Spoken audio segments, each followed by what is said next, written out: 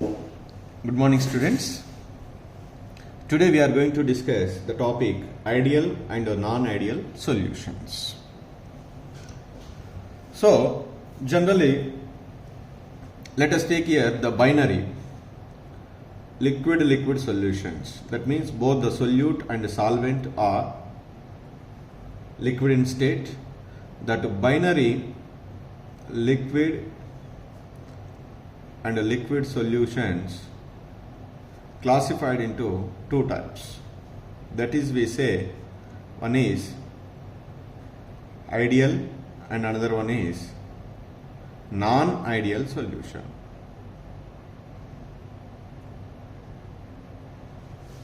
First, let's discuss about the ideal solution.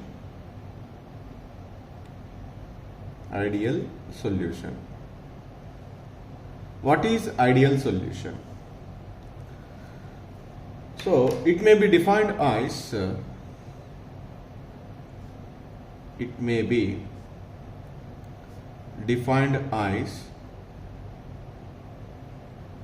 a solution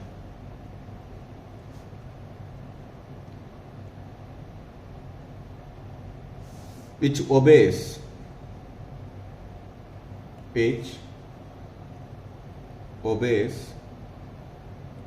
Raoult's law.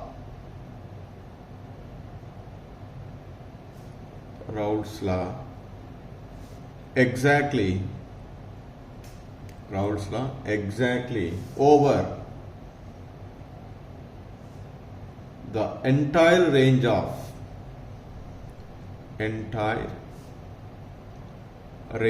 of concentration. At all concentrations, if a solution can be obeys this Raoult's law, that solution is called ideal solution. Generally, these solutions are formed by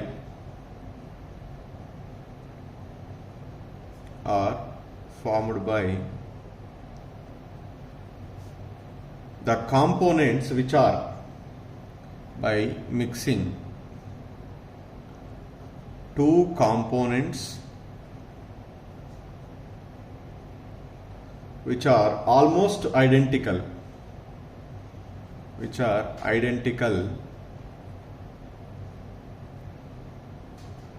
in molecular size,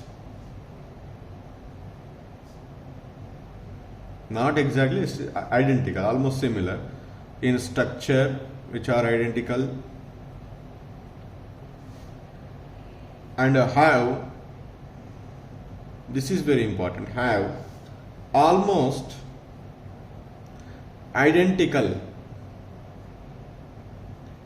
intermolecular interactions or intermolecular forces.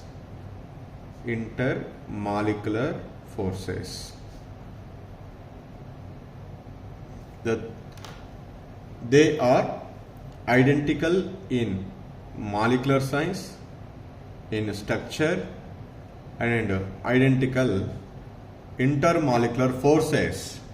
So that components, when they are mixed, we are getting an ideal solution. For example, a solution is formed by the components A and B.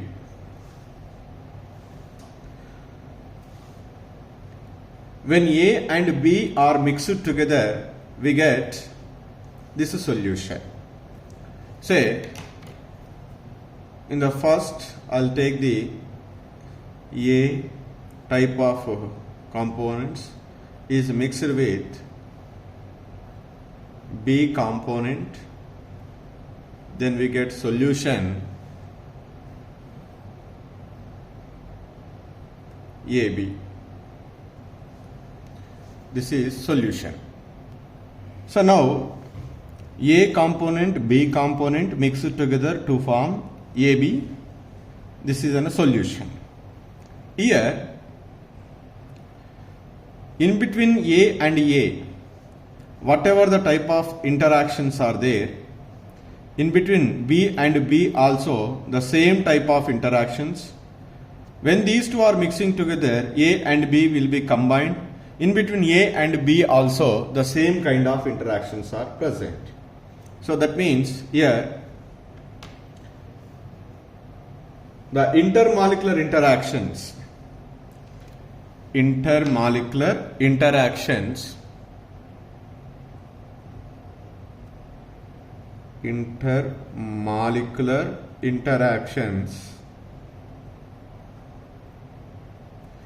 between A and B and B and A and B are same. So in that case that ideal solution is formed. Okay, in that solution whenever take that A component and B component in separate, the vapor pressure of the pure component P0 A and P0 B are vapor pressures of pure components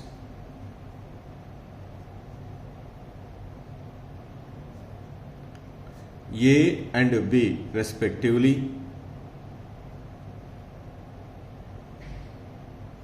In solution A and B are present, so that here A can exhibit the pressure, B can also exhibit the pressure, so that these are called partial pressures. So that PA and PB are the partial vapor pressures,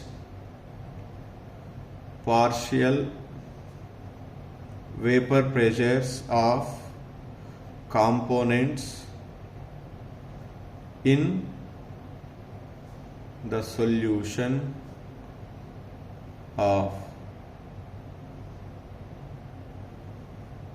A and B respectively. Then according to Raoult's law,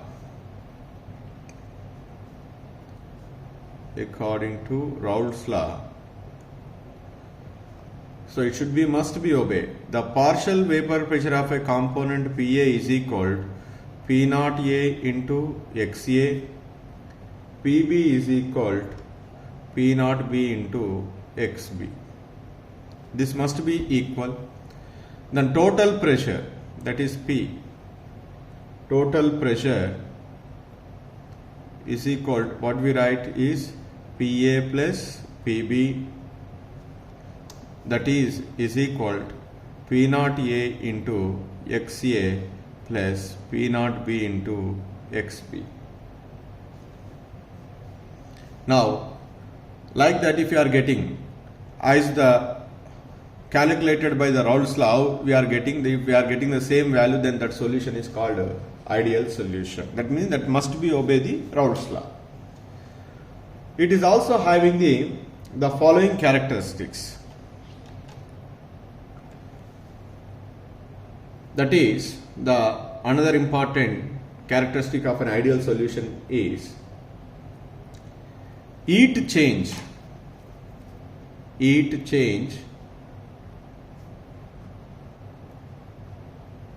on mixing is 0. That means the enthalpy change on mixing is also 0. Say for example, here A is mixed with B to form AB solution. Here to form AB solution, we need to break the attraction between A and A, B and B. Then only A and B will be combined together to form AB solution. So here whatever the energy is required to break between A and B and B, the same amount of energy will be released when A and B is combined to form a solution. Here energy is required, here energy is released. When the solution is found between A and B mixing, Here energy is released. Here to form this solution we need to break the attraction between A and A, B and B. Here energy is required. Here energy is required is always equal to energy is released. Then what is the change in energy? Change in energy is 0. That's why here what they say that delta mixing H is always equal to 0 in case of ideal solution. Because the attractive forces are same, that's why we are whatever the energy is required, that same amount of energy is released. That is another characteristic of the ideal solution. The next important characteristic is sorry. So volume change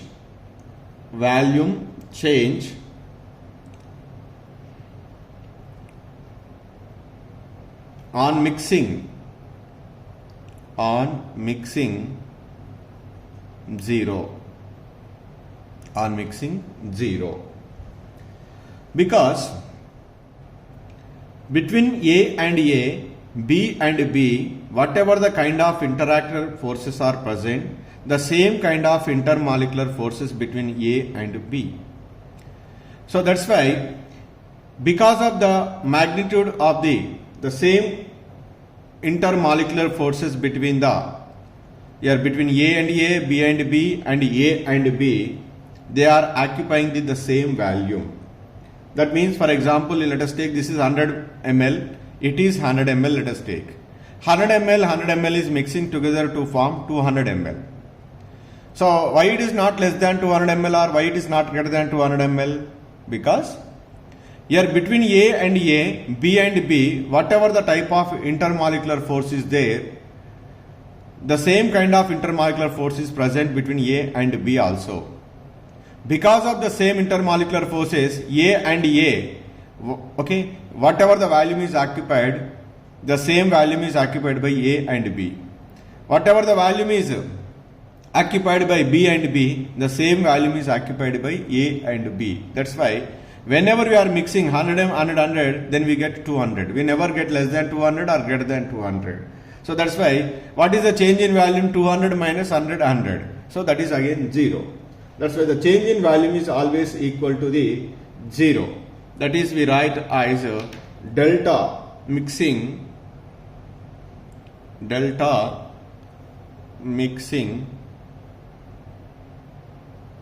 of volume is also equal to 0. So these are the three important characteristics of the ideal solution.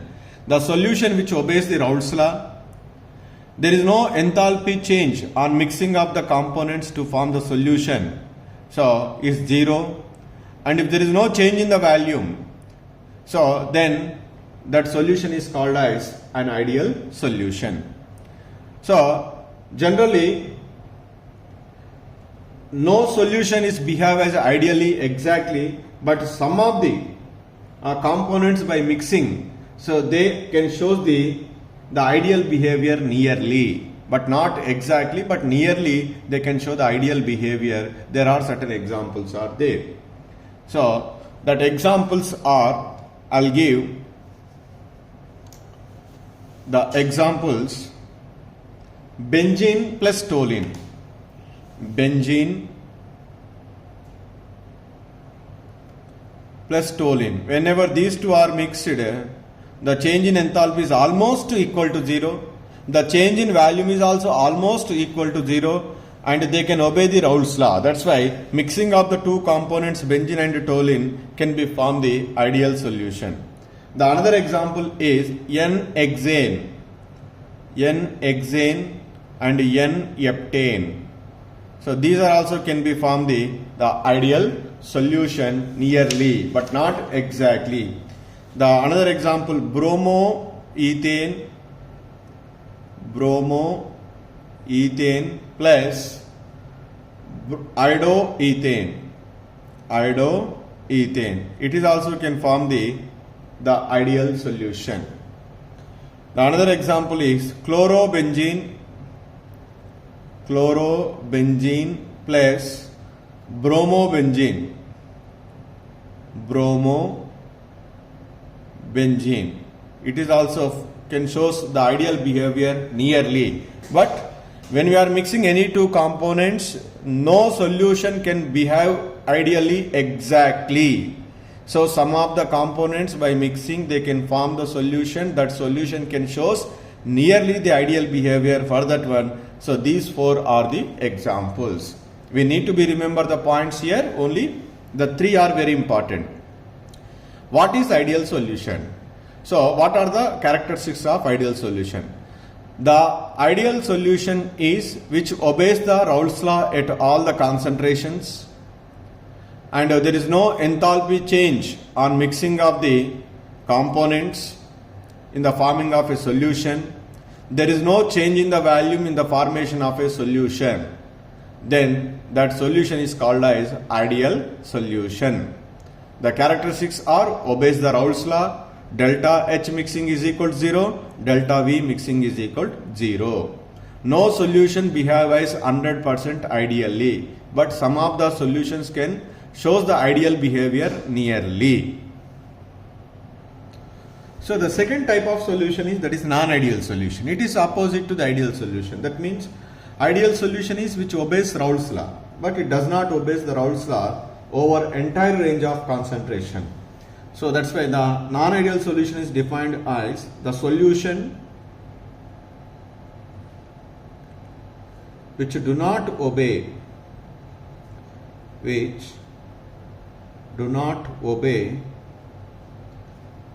Raoult's law over the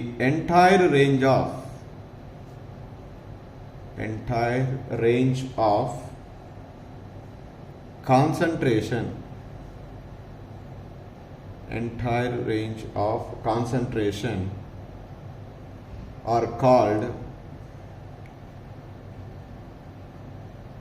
non-ideal solutions.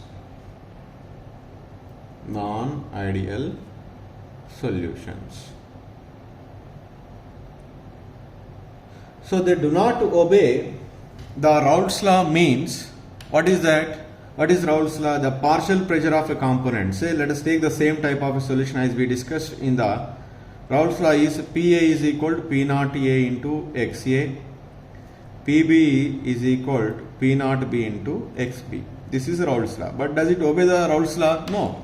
That's why PA not equal to P naught A into XA, PB not equal to P naught B into XB. So now, that means as you are expected, the vapor pressure of a solution we are not getting. Once PA is not equal to P naught A into XA, PB is not equal to PB into XB, the total vapor pressure of the solution. So, the total vapor pressure of solution may be higher or lower, is either higher or lower than that predicted by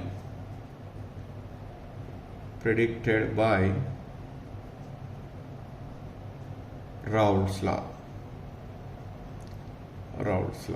We may get more or less, but we are not getting as we expected from this Raoult's law.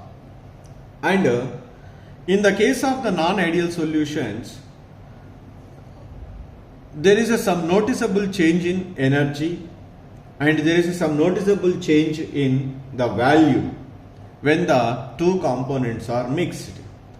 But whereas in ideal solution, there is no change in enthalpy, there is no change in the value. But here there is some noticeable change in enthalpy and as well as change in value. That is the another important property regarding non-ideal solutions. In these solutions,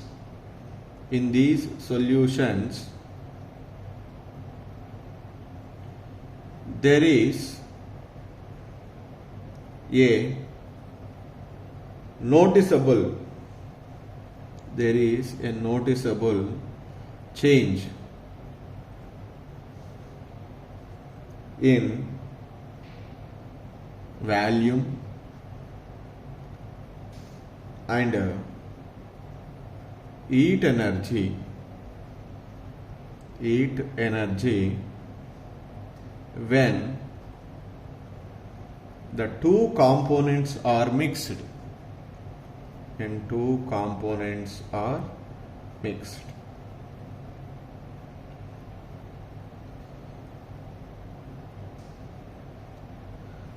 So that is clearly indicates when there is a noticeable change in volume, then there is a noticeable change in heat energy, means the type of intermolecular forces present between the two components are different from the individual components. So that means here in this case the intermolecular forces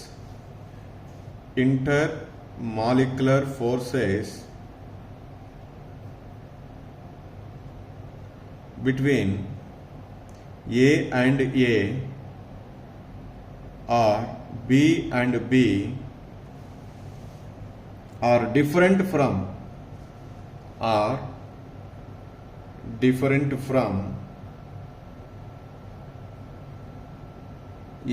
and B.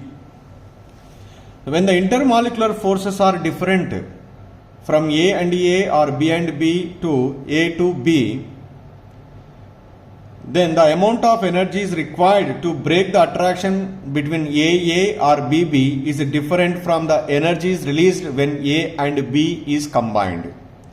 When the A and B is combined, energy is released. To form A and B, first we break the attraction between A and A. Here whatever the energy is required, that same amount of energy is not released here. When the same amount of energy is not released here, there should be some difference in the energy. So that means here again the two cases.